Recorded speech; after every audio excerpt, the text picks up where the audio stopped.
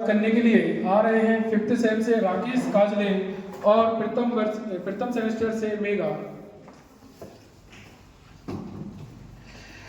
राष्ट्रमाता सावित्रीबाई की जीवनी पुस्तक के द्वारा आदरणीय प्राचार्य जी का स्वागत किया जा रहा है। यहाँ पे सभी लोग तालियां बजाएं।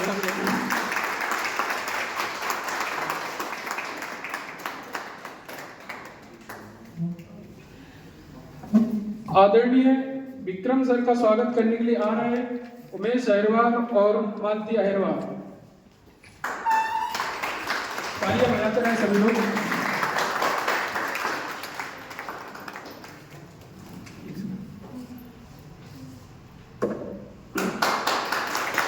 आप पिक्स ले रहे हो ना, मैं वीडियो बना रहा हूँ, आप पिक्स लेते रहना। आदरणीय जितेंद्र सर का स्वागत करने के लिए आ रहे हैं LLB 5th सेम से विनोद जी एवं आंचल ध्रुवे।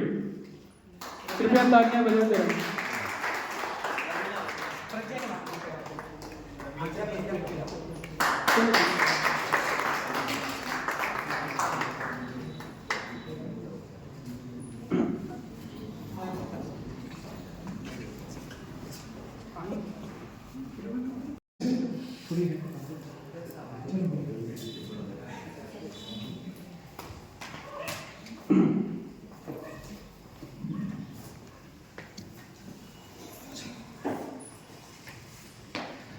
आज के कार्यक्रम की शुरुआत हम राष्ट्रगीत वंदे मातरम से करते हैं। सभी लोग अपने स्थान पर खड़े हो जाएं। शीर्षक है धन्य धन्य सावित्रीबाई।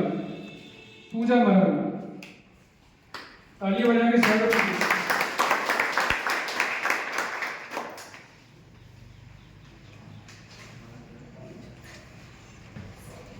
मेरी कविता का शीर्षक है धन्य धन्य सावित्रीबाई। धन्य धन्य सावित्रीबाई जिसने ज्ञान की जोत जलाई, नारी को शिक्षित कर जिसने देश की आधी कौम जगाई। धन्य धन्य सावित्रीबाई जिसने ज्ञान की जोत जलाई, नारी की शिक्षा के हक में जिसने की आवाज उठाई, नर नारी की बराबरी की जिसने पहले बात बताई। 3 जनवरी उस सावित्री का जन्मदिन आता है। इस दिन को पूरा भारत शिक्षक दिवस मनाता है। धन्य धन्य सावित्री जो लड़ती रही तूफानों में, सावित्री झुकी नहीं जो धमकी और अपमानों में, सावित्री खड़ी रही जो नारी के सम्मान में।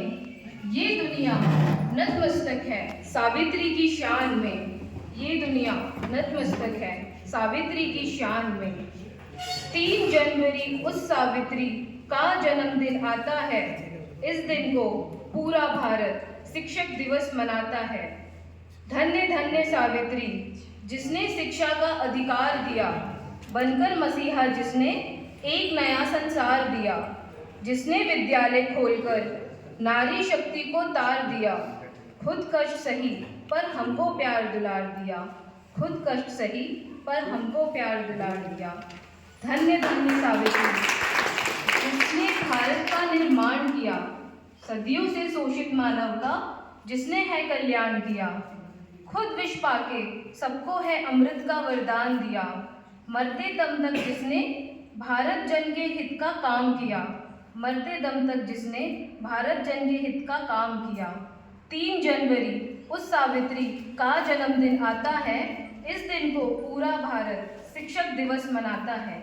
इस दिन को पूरा भारत शिक्षक दिवस मनाता है। धन्य धन्य सावित्रीबाई।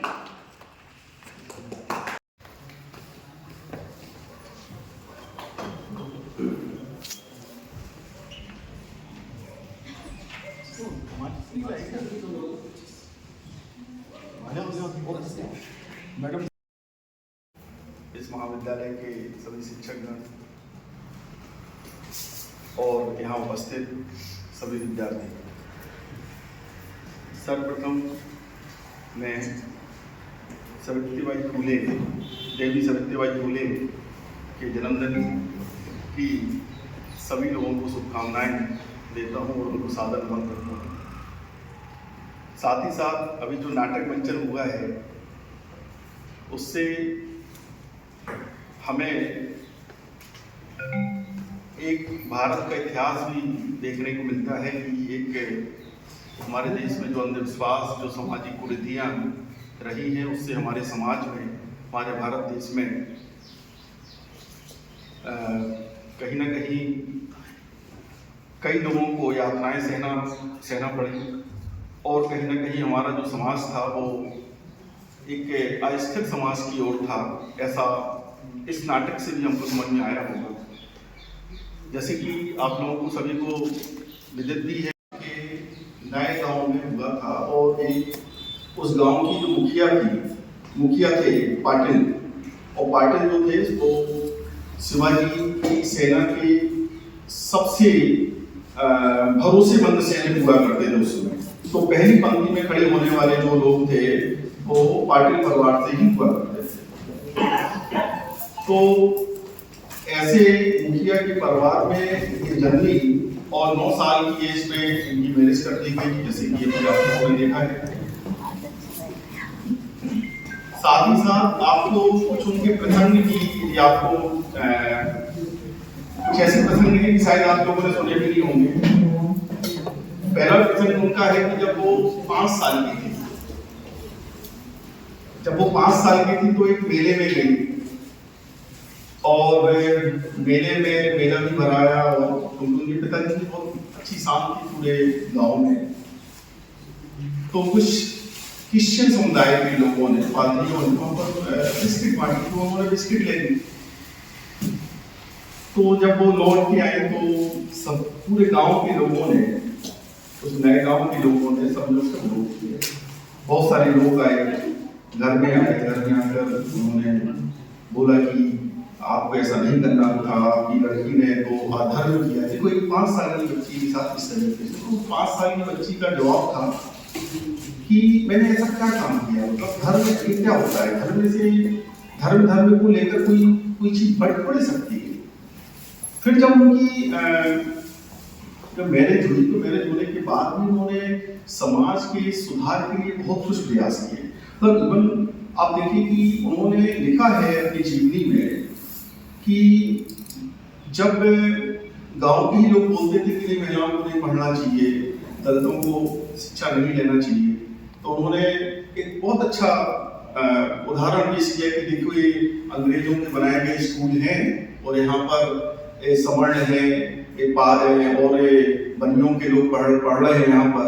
तो हम उनको कोई कुछ नहीं बोलता, वो समाज के उनकी वरिष्ठ लोग हैं, उनको कोई कुछ नहीं बोल रहा है और हम लोगों को जरूर बोलता है।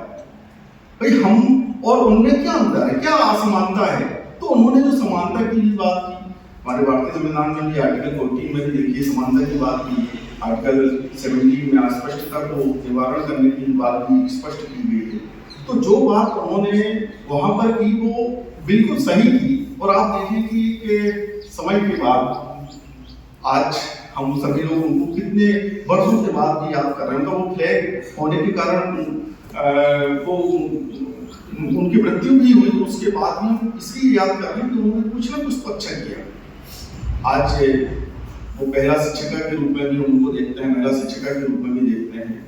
उन्होंने स्कूल भी चालू किया, उन्होंने महिलाओं के कल्याण के लिए भी बहुत, क्योंकि महिलाओं को पढ़ाना, और उस समय की स्थिति ये थी कि जो पादरी वर्ग, जो पुरोहित वर्ग था, उन्होंने जो पाप मोक्ष और एक तमाम प्रकार की बातें जो समाज में करा कर रखी हुई थी, उससे कहीं ना कहीं लोग निकल नहीं पा रहे थे, भय की स्थिति में थे। आज हमारे देश में संविधान है, संविधान में हमारे बहुत सारे अधिकार दिए गए हैं और उन्हीं अधिकारों को लेकर आज हम देवी को भी याद कर रहे हैं कि उन्होंने वही काम किया जो हमारे संविधान में लिखा हुआ है। और आज देखिए महिलाएं हर फील्ड में आगे, चाहे वो किसी भी समाज की हों, और उनका जो योगदान था वो कभी नहीं भुलाया जा सकता है। धन्यवाद। आदरणीय प्राचार्य महोदय, मेरे शिक्षक साथीगण और प्रिय विद्यार्थियों, आज हम जिस अवसर पर यहाँ उपस्थित है उसके बारे में तो सभी जानते हैं। मैं इस मंच से माता सावित्री बाई को प्रणाम करता हूँ उनके बारे में अभी जितेंद्र सर ने बहुत कुछ कहा। अब हम उसको अगर वर्तमान परिवेश में लेकर आना चाहें, अभी आपने कहानी देखी, कहानी में जो सावित्री बाई के बारे में बताई गई, इसकी शुरुआत अगर आप देखें तो शुरुआत उस समता की भावना से हुई जो हम सब में होनी चाहिए। जहां एक तरफ समाज ये कह रहा है कि महिलाओं को पढ़ना, उनको घर से बाहर निकलना अधर्म है, वही उनके पति ने अगर उनका साथ नहीं दिया होगा तो ये अधर्म आज भी अधर्म बना है। जो हम इंग्लिश में कहा सुनते हैं ना, charity become home, become at home, उसका एक चरित्रार्थ, उसका एक सबसे अच्छा एग्जांपल है कि अगर वो खुद उसको बढ़ावा नहीं देते, और दूसरा हम अगर कुछ करना चाहें तो एक संकल्प यदि हम स्थापित कर ले तो वो हम करके रहते हैं। ये सावित्री बाई का जीवन हमें बताता है। जब उन्होंने सोचा कि हम आज वर्तमान परिवेश में भी जब देखते हैं तो हम ये देखते हैं कि शिक्षा जो है सबसे महत्वपूर्ण है। आज जाकर हम इन चीजों को समझे हैं। अब आप सोचिए 1848 में जब स्कूल खोला गया होगा या 1884 के पहले जब ये विचार मन में आया होगा, तब महिलाओं की स्थिति क्या रही होगी। इस नाटक को देखते वक्त शायद आप लोग, जैसा मेरे साथ हुआ, आप लोगों में से किसी के साथ हुआ कि आंख में आंसू आए। तो जब इस नाटक को देखने में एक पल के लिए हमारे आंख में आंसू आए होंगे, तो उस समय जिस विचारधारा को समाज में स्थापित किया होगा तो कितनी परेशानियां और कितनी चीजें भुगती होंगी हमने देखा। बहुत सारे नए आयाम हमें देखने को मिले इसमें। उन्होंने सती प्रथा को समाप्त करने के लिए काम किया, मानवता और स्वतंत्रता के लिए तो काम किया ही, सती प्रथा को समाप्त करने के लिए काम किया। वो समय जब पत्नी को पति की मृत्यु के बाद जला दिया जाता था, तब उन्होंने उनका अंतिम संस्कार का एक नई प्रथा चालू की, जहां महिलाओं को मानव तो कहें कुछ समझा ही नहीं जाता समाज के लिए, वहां उन्होंने अपना नाम लिया। उसके कारण हम आज उनकी पूजा कर रहे हैं। लीग से अलग काम करना के लिए चुनौती और साहस की जो जरूरत या जो आवश्यकता दिखाई देती है वो हमें दिखाई, उन्होंने दिखाई। वर्तमान परिवेश में देखें तो हमारे सामने अभी यहाँ से मैं बैठे बैठे दिख रहा हूँ, उसी शिक्षा का प्रभाव है कि 1 2 3 4 5 महिलाएं यहाँ हैं जो उन पदों पर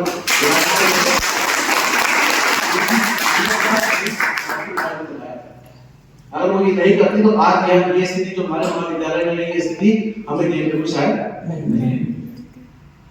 केवल 3 जनवरी को उनका दिवस मनाना या उनको याद करना केवल एक दिन नहीं बल्कि एक निरंतर कार्य है जो हम सबको करना चाहिए। और हम तो ठीक, लेकिन जिनके लिए उन्होंने काम किया, जिन महिलाओं के लिए, उनका ज्यादा दायित्व बनता है कि वो इस प्रथा को और आगे बढ़ाएं। और जिस तरह उन्होंने दूसरी महिलाओं को शिक्षित किया, अभी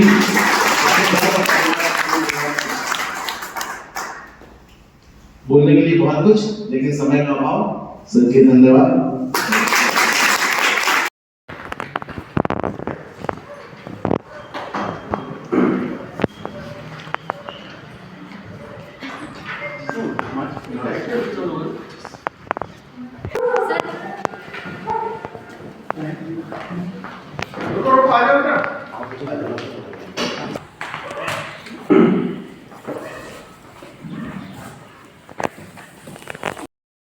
पढ़ाई करने से वापस क्यों आ रहे हैं?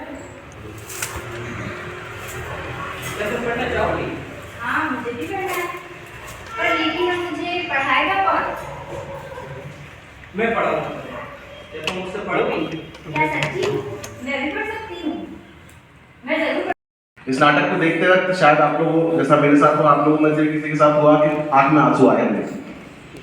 तो जब इस नाटक को देखने में एक पल के लिए हमारे आंख में आंसू आए होंगे, तो उस समय जब इस विचारधारा को समाज में स्थापित किया होगा तब कितनी परेशानियां और कितनी चीजें भुगती होंगी हमने देखा। बहुत सारे नए आयाम हमें देखने को मिले इसमें। उन्होंने सती प्रथा को समाप्त करने के लिए काम किया, मानवता और स्वतंत्रता के लिए तो काम किया ही, सती प्रथा को समाप्त करने के लिए काम किया। वो समय जब पत्नी को पति की मृत्यु के बाद जला दिया जाता था, तब उन्होंने उनका अंतिम संस्कार का एक नई प्रथा चालू की, जहां महिलाओं को मानव तो नाम लिया, उसके कारण हम आज उनकी पूजा कर रहे हैं। लीग से अलग का काम करना के लिए चुनौती और साहस की जो जरूरत या जो आवश्यकता दिखाई देती है वो हमें दिखाई, उन्होंने दिखाई। एक बार जोर से आदरणीय बेगम सर के लिए तालियां उन्होंने बताई कि यह माता सावित्रीबाई फुले के दृढ़ संकल्प थे कि आज देश में चाहे वो राजनीति का क्षेत्र हो, वैज्ञानिक का क्षेत्र हो, शिक्षा का क्षेत्र हो, प्रशासनिक क्षेत्र हो, कार्यपालिका, न्यायपालिका, हर क्षेत्र में महिलाएं अपना परचम लहरा रही हैं। अब कार्यक्रम की अगली कड़ी में मैं आमंत्रित करना चाहता हूं LLB 5th सेमेस्टर के विद्यार्थी आदरणीय सर विनोद जी से वो आए और 2 मिनट में अपनी बात को रखें। इसके बाद फिर आदरणीय प्राचार्य महोदय जी की एक स्पीच रहेगी। उस समय की हम बात कर रहे हैं आज़ादी से पहले की, जिस समय शिक्षा का मतलब महत्व नहीं था। उस समय तुलसीदास जी के जो कुछ दोहे चलते थे, जिसमें एक दोहा है कि पोथी पढ़ पढ़ जग भया, पंडित भया ना कोय, और 2.5 अक्षर प्रेम का पढ़े तो पंडित होए। तो ये 2.5 अक्षर है ना, ये 2.5 अक्षर बहुत महत्वपूर्ण है। तो इस जो हमारी आज जो प्रथम शिक्षिका है उनके लिए है कि जब उन्होंने ये दोहा सुना तो बोला ये 2.5 अक्षर है क्या, 2.5 अक्षर के लिए वो खोजती रही है 2.5 अक्षर है क्या प्रेम का। तो उस समय प्रेम के लिए क्या था, श्याम। श्याम शब्द सिर्फ 2.5 अक्षर का होता था श्याम, लेकिन श्याम शब्द को पढ़ने के लिए उनके मन के अंदर एक कीर्ति आई कि मैं श्याम को बोल तो लूंगी, लेकिन श्याम को लिखूंगी कैसे। जब लिखूंगी नहीं तो मैं समझ नहीं पाऊंगी कि श्याम है क्या। गीता भी लिखी गई है, लेकिन गीता तब पढ़ सकते हैं जब उसका हमें पढ़ना आएगा, क्योंकि गीता भी इस तरीके से ये जो कुछ दोहे चलते थे, जिसमें एक दोहा है कि पोथी पढ़ पढ़ जग भया, पंडित भया ना कोय, और 2.5 अक्षर प्रेम का पढ़े तो पंडित होए। तो ये 2.5 अक्षर है ना, ये 2.5 अक्षर बहुत महत्वपूर्ण है। तो इस जो हमारी आज जो प्रथम शिक्षिका है उनके लिए है कि जब उन्होंने ये दोहा सुना तो बोला ये 2.5 अक्षर है क्या, 2.5 अक्षर के लिए वो खोजती रही है 2.5 अक्षर है क्या प्रेम का। तो उसने प्रेम के लिए क्या कहता है, श्याम। श्याम शब्द सिर्फ 2.5 अक्षर का होता था श्याम, लेकिन श्याम शब्द को पढ़ने के लिए उनके मन के अंदर एक कीर्ति आई कि मैं श्याम को बोल तो लूंगी, लेकिन श्याम को लिखूंगी कैसे। जब लिखूंगी नहीं तो मैं समझ नहीं पाऊंगी कि श्याम है क्या। गीता भी लिखी गई है, लेकिन गीता तब पढ़ सकते हैं जब उसका हमें पढ़ना आएगा, क्योंकि गीता भी इस तरीके से लिखी गई कि एक कहा जाता है कि जितनी बार भी भागवत गीता को पढ़ोगे आप, जितनी बार रामायण को पढ़ोगे, हर बार आपको एक नई चीज सीखने के लिए मिलेगी। जो आपने 50 बार भी अगर रामायण पढ़ ली और एक बार दोबारा से पढ़ ली तो आपको एक नई चीज सीखने की मिलेगी। अब एक छोटी सी एक घटना हुई थी उसके अंदर कि जब आजादी का दौर चल रहा था, जो 3-4 साल की रही होंगी, तो उस समय क्या होता था कि लोग पर्चे फेंक के चले जाते थे कि घरों के अंदर पर्चे फेंक देते थे कि अपनी बात बताने के लिए। उन्होंने एक पर्चा उठाया और इस तरीके से वो देखती रही। अब उनको समझ ही नहीं आ रहा था पर्चा क्या है। वो अपने पिताजी के पास गए कि मुझे बताइए कि इस पर्चे में क्या लिखा है। वो भी अनपढ़ थे। कई लोगों से पूछा, लेकिन जो पढ़े हुए लोग थे वहाँ पे ये दलित थी, तो वहाँ पहुँच नहीं पाती थी कि उनसे पूछे कैसे, क्योंकि अगर उनको छू ले उस समय इतना ज्यादा दलित के प्रति भेदभाव किया जाता है कि उनको किसी जो सामान्य कुआं होता था वहाँ से पानी नहीं भरने दिया जाता था और कई तरीके के भेदभाव किए जाते थे। अब उनके मन में आया कि मुझे पढ़ना है और 9 मतलब जब वो थोड़ी बड़ी हुई 9 वर्ष, तो मैंने बहुत चिंतन मनन करके ही साइन किया था कि ठीक है करने दें। मैं देखकर बहुत प्रसन्न हूँ कि आप लोग ने कितना अधिक प्रयास किया। कॉलेज वालों ने कोई हेल्प नहीं किया एक्सेप्ट माइक और स्पेस। तो इसी तरह का कार्यक्रम यदि चलता रहा तो कम से कम हम लोग भी थोड़ा सा जानकारी और अपना जन्म उत्सव और 193 जन्म उत्सव हम लोग मना रहे हैं उनका। और जो सावित्री बाई जी थी उसके बारे में जितना हम बोले उतना कम होगा, क्योंकि वो उस जमाने में उनकी शादी 9 साल में हो गई थी और उनका जन्म 1831 में सतारा के स्थान पर महाराष्ट्र में हुआ था। उनकी शादी जिस व्यक्ति से हुआ था वो थे ज्योतिबा फुले, और उनका उन्होंने खूब मदद लिया और उन दोनों ने मिलकर 18 स्कूल खोला। सबसे पहले स्कूल तो उन्होंने पूना में खोला और फिर 18 स्कूल उनके अलग अलग ब्रांच में। तो मैं उन दिनों की बात कर रही हूँ जब जिस समय ब्रिटिशर्स का ज़माना था और ब्रिटिशर्स कितने तरह के कुरीति भारत में प्रचलित थी। जैसे कि आप लोगों को शायद पता होना चाहिए कि बंगाल में ये हालत थी कि जैसे ही कोई विधवा हुई उसका सबसे पहले मुंडन करा दिया जाता था। तो ये उन्होंने बहुत ज़्यादा उसका विरोध किया। केवल बालिका बहुत उनका बात मैम ने बताई आज यहाँ पे कि लिंग भेदभाव की जो बात है वह सबसे पहले हमें अपने घर से ही खत्म करनी होगी, तभी इसका कोई एक पूर्णता से निदान हो सकता है। सावित्रीबाई कहती हैं कि जितना अधिक जानते हैं आप, जितना अधिक आप जानते हैं उतना ही आप कम डरते हैं। आज के कार्यक्रम में हमारे मुख्य अतिथि आदरणीय प्राचार्य महोदय, हमारे प्रिय शिक्षकगणों ने सभी ने और विद्यार्थियों ने अपने अपने वक्तव्य में आदरणीय परम सम्मानीय विश्व रत्न राष्ट्रमाता सावित्रीबाई फुले के लिए बहुत अच्छी अच्छी बातें कही। और इस कार्यक्रम स्थल से जब आप यहाँ से जाएं तो अपने मन में एक दृढ़ संकल्प करके जाएं कि आप भी उन्हीं के आदर्शों और विचारों को अपने जीवन को उतारें। महिलाओं के प्रति जो आज वर्तमान स्थिति जो इस प्रकार की, जैसे ऑलरेडी मैम ने बताया, आरजीकर मेडिकल कॉलेज के मामले, इस प्रकार के और मामले ना बढ़े, इन सब की एक नैतिक जिम्मेदारी हम सभी की भी है। हम भी जागृत हों और लोगों को भी इस विषय में जागृत करें। इन्हीं बातों के साथ अपनी वाणी को विराम देता हूँ और आज इस कार्यक्रम में आप सब उपस्थित हुए इसके लिए मैं आपका तहे दिल से धन्यवाद करता हूँ। ये 4 पंक्तियाँ कह के इस कार्यक्रम को हम समाप्त करते हैं कि एक टहनी एक दिन पतवार बनती है, एक चिंगारी है अंगार बनती है, पैरों तले रोता गया जिसे बेबस समझकर, एक दिन मिट्टी वही मीनार बनती है। आप सभी को बहुत बहुत धन्यवाद। कार्यक्रम के समापन के लिए राष्ट्रगान